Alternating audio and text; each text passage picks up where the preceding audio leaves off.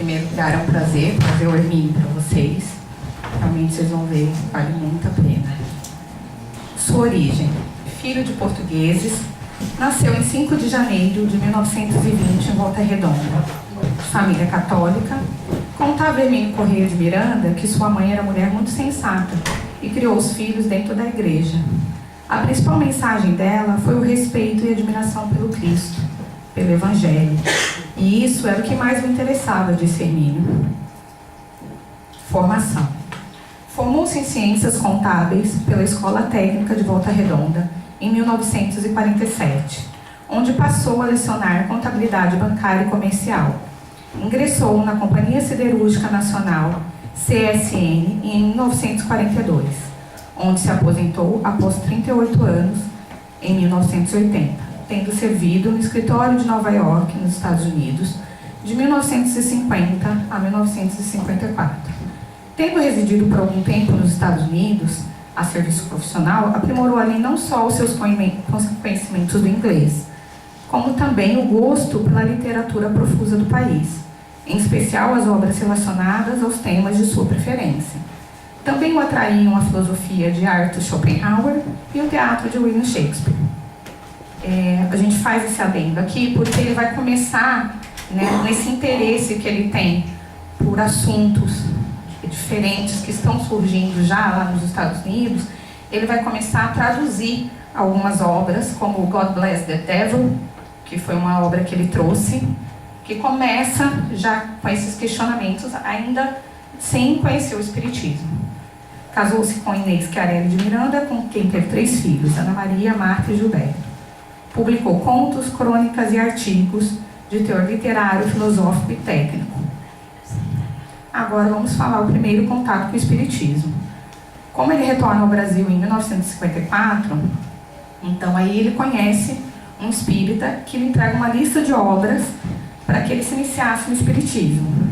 Como ele já tinha interesse nesses assuntos, na relação, além das obras de Allan Kardec, constavam as de Leon Denis, Gabriel Delano e Gustavo Guerri. Leu o Livro dos Espíritos pela primeira vez em 1956 e, ao final desse ano, escreveu um texto para a revista O Reformador, da Federação Espírita Brasileira, que o aceitou e publicou para surpresa do espírita iniciante. Então, para quem estava começando, ali no primeiro ano, estava se descobrindo, ele resolve fazer, né, um artigo para o Reformador e esse artigo é publicado. Aí ele diz: a surpresa começou com o Livro dos Espíritos. Inexplicavelmente, eu tinha a impressão de haver lido aquele livro antes. Mas onde, quando, antecipava na mente o conteúdo de inúmeras respostas, disse ele em uma entrevista à Folha Espírita. E aí, em 1965, até aí ele foi fazendo várias publicações, tá? Da revista O Reformador. Ele vai ser um contribuinte sempre. Nós vamos destacar algumas que realmente tiveram muita repercussão, que foi a Um Espiritismo Brasileiro. Trouxe aqui um trecho que acho que já dá para entender o que ele questiona. Acho preferível evitar o emprego de rótulos limitadores ao espiritismo, especialmente esses que distinguem o espiritismo chamado brasileiro, daquele que se prega e se pratica em outros países. A verdade não pode ter nuances nem sofrer influências geográficas, políticas ou sociais. Esse destaque fui eu quem dei, tá? Porque eu acho que aí ele resume tudo do que ele está questionando. Às vezes, entretanto, torna-se difícil escapar à contingência de qualificar a corrente doutrinária. Sinto esse problema de maneira particularmente aguda, pois que, por dever de ofício, na humilde colaboração que empresto ao Reformador, vivo a percorrer revistas e livros, de modo especial os que nos chegam do mundo anglo-saxônico. Então, assim, o material era de lá, né? E aí o Espiritismo tinha essa base. E por que tinha que ficar essas correntes dos espiritismos, o Espiritismo daqui, o Espiritismo dali, sendo que se a verdade é uma só, não havia essa necessidade. Aí sua primeira obra, em 1967, Os Procuradores de Deus. O livro é um guia seguro para quem busca a verdade sobre a existência de Deus, do Espírito, da vida. É atual em seu conteúdo original. Poucas coisas neste mundo são tão perniciosas quanto uma ideia mal assimilada. O aspecto mais lamentável dessa doentia criação humana, que é o inferno, o caráter verdadeiramente blasfemo de punição eterna, se admitirmos a existência de um Deus justo e bom, compassivo e puro, como é que vamos conciliar a ideia de Deus com a do castigo eterno? Hermínio, numa entrevista à Revista Espírita, comenta sobre esse livro, quando fala dessa primeira obra dele, o que ele realmente, né, queria trazer, romper essa ideia do Deus punitivo, né, do Deus que castiga. Aí, mais uma vez, um dos seus grandes artigos da Revista Orfemador, em 1976, foi o Médio do Anticristo. Esse trabalho, quem tiver a oportunidade de ver, é incrível, tá? Eu vou trazer bem sucinto, mas assim, foi uma pesquisa, ele sempre foi muito científico, muito técnico nas suas colocações, por isso que ele traz dados, né, de história, de local, que a gente não consegue transmitir aqui, tá? Hermínio Corrêa de Miranda intitula Adolf Hitler como o médium do anticristo e afirma que ele e vários dos seus principais companheiros desempenharam importante papel na estratégia geral de implantação do reino das trevas na Terra, num trabalho gigantesco que, obviamente, tem a marca do anticristo. Para isso, eclodem fenômenos mediúnicos, surgem revelações, encontram-se as pessoas que deveriam encontrar-se. Acontecem acasos e coincidências estranhas. Junta-se, enfim, os ingredientes necessários ao desdobramento do trabalho. Hitler mencionou em um discurso: movimento-me como um sonâmbulo, tal como me ordena a providência.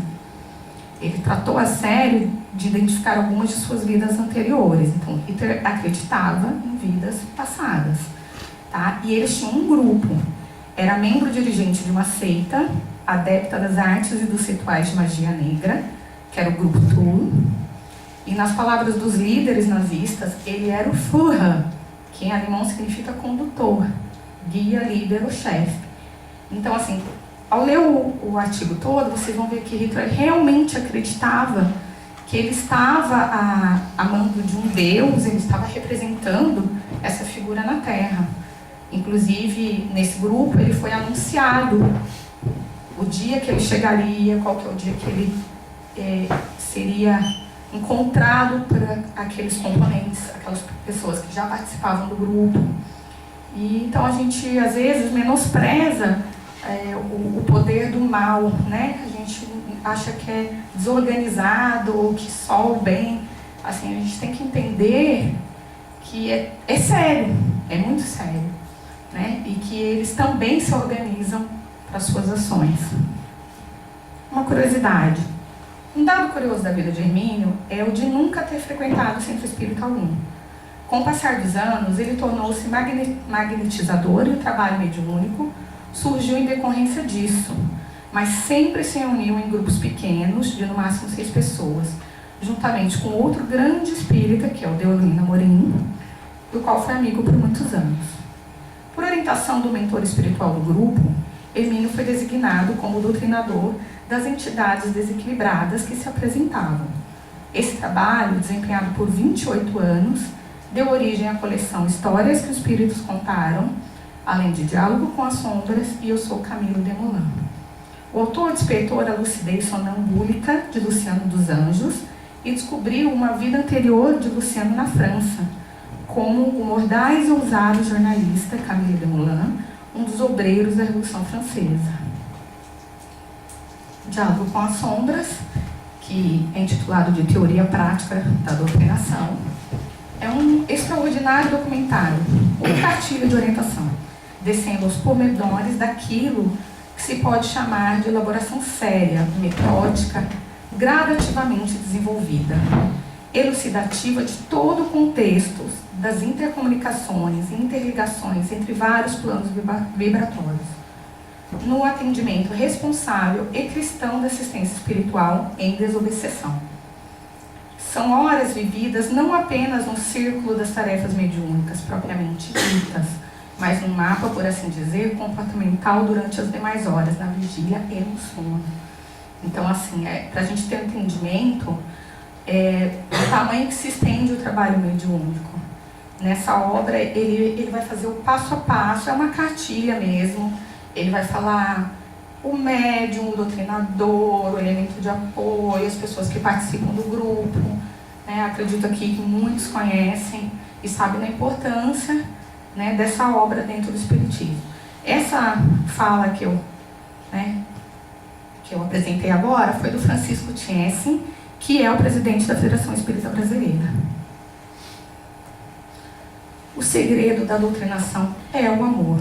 Então, assim, além da cartilha, que já se faz muito útil, o mais lindo do trabalho dele, nesses anos todos de trabalho mediúnico, foi ele trazer a mensagem do amor.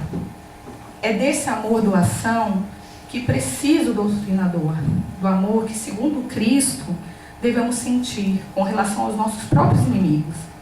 É isto bem verdadeiro no caso da doutrinação de espíritos conturbados, porque, ao se apresentarem diante de nós, vem com a força e com a agressividade de inimigos implacáveis. Se respondermos à sua agressividade com a nossa, o trabalho se perde e desencadeamos contra nós a reação sustentada da cólera, do rancor, do ódio. O diálogo com os nossos irmãos desarvorados é um exercício de tolerância e paciência. E acrescentamos muito amor. À medida que ele se desenrola, estejamos atentos, mantenhamos-nos compreensivos e discretos. É uma tentativa de entendimento, não uma discussão, uma contenda, uma disputa. O que interessa neste momento não é ganhar a briga, mas estudar com empatia, novamente a palavra mágica, o drama que aflige o companheiro. Não importa que ele leve a melhor no debate, que nos agrida, ameace e procure intimidades. Assim, olha que doação, né? É incrível as palavras dele, esses são trechos que eu trouxe do livro. Ele fala do amor e da entrega desse trabalho o tempo todo, né? Falando que não é uma disputa, ninguém está ali para vencer, é um trabalho de doação mesmo. Vamos falar da coleção História que os Espíritos Contaram. Essa obra é uma coletânea de depoimentos pessoais de desencarnados recebidos em diversas sessões mediúnicas. São fascinantes porque são reais, sem um traço de fantasia. São espíritos que vêm narrar a sua trajetória de sofrimentos e de bênçãos, apontando os seus erros e limitações, e banhados pela luz da esperança, desejam recuperar-se através de transformação moral. Comovidos, testemunharemos seus remorsos aflitivos sobre o tempo perdido na inutilidade, afastando-se do Cristo e do seu Evangelho. Ao abrirem suas almas, descortinando suas feridas e mazelas, esses espíritos auxiliam-nos a refletir profundamente sobre as bênçãos da reencarnação e acerca da necessidade de valorizarmos a nossa trajetória no veículo carnal, abraçando a caridade e o amor como ideias sublimes de vida. Algumas vidas de Hermínio. Então, assim, é bom lembrar que Hermínio, além desses todos os trabalhos que ele fazia, trabalhos de regressão de memória, sonambulismo, ele ia por essas técnicas. E muitos trabalhos ele foi se autodescobrindo em suas vidas. Então tem várias obras onde a gente vai tentar fazer um apanhado das suas obras. Todas as vidas de Hermínio estão sutilmente relatadas em seus escritos. Os fatos históricos pesquisados por ele relatam sua própria trajetória espiritual. Tudo começou centenas de anos antes de Jesus. Uma sonâmbula identificou Hermínio como sacerdote no Egito. Passaram-se alguns séculos e a doutrina que fora secreta no Egito agora é explicada para todos. Os detratores do Cristo começaram a combater e deturpar a mensagem de Jesus. E foi então que o antigo egípcio pôs sua pena a serviço da resistência consciente, diante da luta contra a mensagem libertadora. Isso ocorreu na época dos movimentos heréticos, com os cátaros.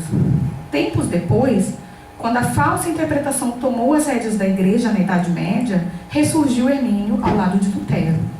Era Melanchthon, auxiliando a corajosa reforma protestante. Considerado apóstolo por Pedro, Barnabé é citado em As Marcas do Cristo. Barnabé era o auxiliar anônimo de Paulo. O mesmo espírito, de tempos em tempos, restaurando o verdadeiro sentido da doutrina, mas permanecendo no anonimato. Não é essa a personalidade atual de Hermínio? Hermínio estava também no surgimento da doutrina espírita, como pai do poeta Robert Browning. Como este inglês, Hermínio passou seus últimos anos em Paris, dialogou com o codificador e propôs algumas questões. Aqui eu vou fazer um adendo, quando ele fala que ele leu o Livro dos Espíritos e que ele se identificou de imediato, que ele lembrava daquilo, mas ele não sabia de onde. Então foi uma das encarnações onde ele colabora com a produção do Livro dos Espíritos. Em 1920, atravessou o oceano e nasceu no Brasil.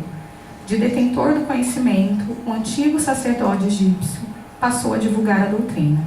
Hermínio, um escriba fiel e consciente de ontem, hoje e amanhã. Nossos filhos são espíritos. Essa obra, sim, tem um valor também sentimental. Eu li quando eu estava grávida. E, assim, é abrir sua mente de todos os sentidos. O que eu achei mais interessante numa entrevista que ele dá também à Revista Espírita é que ele coloca que um amigo fala para ele que ele precisava falar sobre as crianças, que as obras dele não tinham nada sobre. E ele senta para fazer essa obra e ele pensa que ele quer uma obra que não seja para os espíritas. E assim, quando ele propõe, ele quer atingir um público que não é espírita. Ele fala porque ele já falou tanto de reencarnação, desses temas, que ele acha que uma pessoa que não é espírita não vai pegar o livro para ler. E nossos filhos são espíritos, ele acha que alguém, nem que seja um, que não conhece a doutrina, pode se interessar pelo tema. Então, foi publicado também em espanhol, inglês, francês e húngaro. Acho que deu certo a proposta dele, né? Mais de 300 mil exemplares vendidos. Foi um sucesso. Hermínio Miranda aborda diversos aspectos do espírito, incluindo o nascimento, o planejamento espiritual da encarnação e a responsabilidade dos pais, como a do próprio espírito, em sua trajetória terrena. O esquecimento da vida pretérita e até mesmo a mediunidade infantil. Aborda temas como aborto, adoção e o nascimento de filhos deficientes, de maneira muito bem fundamentada. Transcreve pesquisas científicas que relatam experiências de regressão, até fenômenos da comunicação sensória dos bebês, reforçando no final de 29 capítulos a importância da religiosidade na vida do indivíduo, assim como o valor da prece. O livro é enriquecido com embasamentos científicos, relatos, exemplos pessoais e de outros. Esses exemplos pessoais é muito bacana quando você lê o livro, porque ele vai falando, porque sabe como que é ser pai, né? Ele vai se colocando muito próximo ao leitor, e assim, até quem já leu uma outra obra dele, ele é bem técnico. E quando você lê os nossos filhos são espíritos, em algum momento você fala, gente, é o Hermínio, assim, ele está muito mais comunicativo, muito mais próximo do leitor. E ele vai brincando, do tipo, você ainda tá aí? Não, porque se você não tiver, passa o livro para alguém, tipo assim. Porque como ele quer atingir um público que nem sempre, né, vai concordar com o que ele está propondo ali, ele vai trazendo, né, tipo, lê mais um pouquinho, de repente você vai gostar. E aí ele vai conquistando o leitor nessa trajetória. Segundo o Hermínio nos explica nessa obra, a primeira coisa a desprender com relação às crianças é a de que elas não herdam características psicológicas, como inteligência, dotes artísticos, temperamento bom ou mau gosto, simpatia ou antipatia, doçura ou agressividade. Cada ser é único em sua estrutura psicológica, preferências, inclinações e idiosincrasias. Somente características físicas são geneticamente transmissíveis, cor da pele, dos olhos ou de cabelos, tendência a esta ou aquela formação física, predisposição a esta ou aquela enfermidade, ou a uma saúde mais estável, traços fisionômicos e coisas dessa ordem. Não há anjos nem demônios, apenas criaturas que muito se aperfeiçoaram ou muito se transviaram, mas que continuam sendo seres humanos. As almas ou espíritos designados para animar os corpos físicos de nossos filhos são seres em evolução, como nós mesmos, e aos quais certos vínculos ou compromissos nos ligam por esta ou aquela razão. Então, esses dois trechos eu trouxe porque, assim, eu já vi muita espírita falando do tipo, aquele menino, igualzinho o vô dele, Nossa, tem um gênio difícil aquela criança, igualzinho não sei quem. Então, assim, da onde que a gente traz essas frases que não correspondem ao que a doutrina prega? Né? E quando, é um anjinho, nossa, aquele menino ali é terrível. Então, assim, qual que é a força que essas palavras têm quando você olha para um espírito e faz um comentário desse? Um espírito, às vezes, da sua família. Outras obras. Podemos destacar Podemos destacar 4 de suas opções temáticas: o cristianismo, a teologia, a mediunidade, a regressão de memória e reencarnação. A memória e o tempo, a novice e o faraó, a extraordinária história de Onset, a reencarnação na Bíblia, a reinvenção da morte, incorporada ao livro As Duas Faces da Vida, a tarefa dos enxovais, com Orson Peter Carrara, alquimia da mente, arquivos psíquicos do Egito, As Duas Faces da Vida, um pouco mais. As Marcas do Cristo, publicado em 2 volumes, Paulo, o Apóstolo dos Gentios, Lutero, o Reformador, As Mil Faces da Realidade Espiritual, As 7 Vidas de Fenelon, série Mecanismos Secretos da História, Autismo, uma leitura espiritual, Candeias da Noite Escura, Com Quem Tu Andas, com Jorge Andréa dos Santos e Sueli Caldas Schubert, Condomínio Espiritual, Cristianismo, a Mensagem Esquecida, de Kennedy ao Homem Artificial, Crônicas de Um e de Outro, com Luciano dos Anjos, Diversidade dos Carismas, só mais um pouco. Eu sou Camila Desmoulins, com Luciano dos Anjos, publicada também em francês, com o título Je suis Camille Desmoulins. Guerrilheiros da Intolerância, série Mecanismos Secretos da História. Hahnemann, o Apóstolo da Medicina Espiritual. Lembranças do Futuro, incorporada ao livro As Duas Faces da Vida. Memória Cósmica, Nas Fronteiras do Além, O Espiritismo e os Problemas Humanos, com Deolindo Amorim. O Estigma e os Enigmas, Evangelho Gnóstico de Tomé, O Mistério de Passion-Worth, com Ernesto Bozano, O Pequeno Laboratório de Deus, anteriormente intitulada Negritude e Genialidade. O que desejamos fazer do Espiritismo? Está acabando. O que é fenômeno anímico, na série Começar. O que é fenômeno mediúnico, série Começar. Os Cátaros e a Heresia Católica. Os Senhores do Mundo, Reencarnação e Imortalidade. Sobrevivência e Comunicabilidade dos Espíritos. Swedenborg, uma análise crítica. Como tradutor, Emílio levou a literatura espírita, A Feira dos Casamentos, do espírito Rochester, A História Triste, do espírito Passion-Worth, O Mistério de Edwin Drood, de Charles Dickens, e O Processo dos Espíritas, de Pierre Lenarie. Ao mestre, ele fala: o Espiritismo se resume, em última instância, em uma proposta clara e objetiva de esforço pessoal evolutivo para substituir religiões salvacionistas, dogmáticas e irracionais. Fé racionalizada, purificada e sustentada pela experimentação continua sendo fé, mais do que nunca. Se isso não é religião, o que seria, afinal? Ele nos fala nas Mil Faces da Realidade Espiritual. Hermínio Miranda desencarnou em 8 de julho de 2013, aos 93 anos. Assim como Chico Xavier, o autor carioca nada recebia dos direitos autorais dos livros que escreveu, os quais destinou às instituições filantrópicas. Escreveu mais de 40 livros e foi um dos maiores pesquisadores espíritas do Brasil.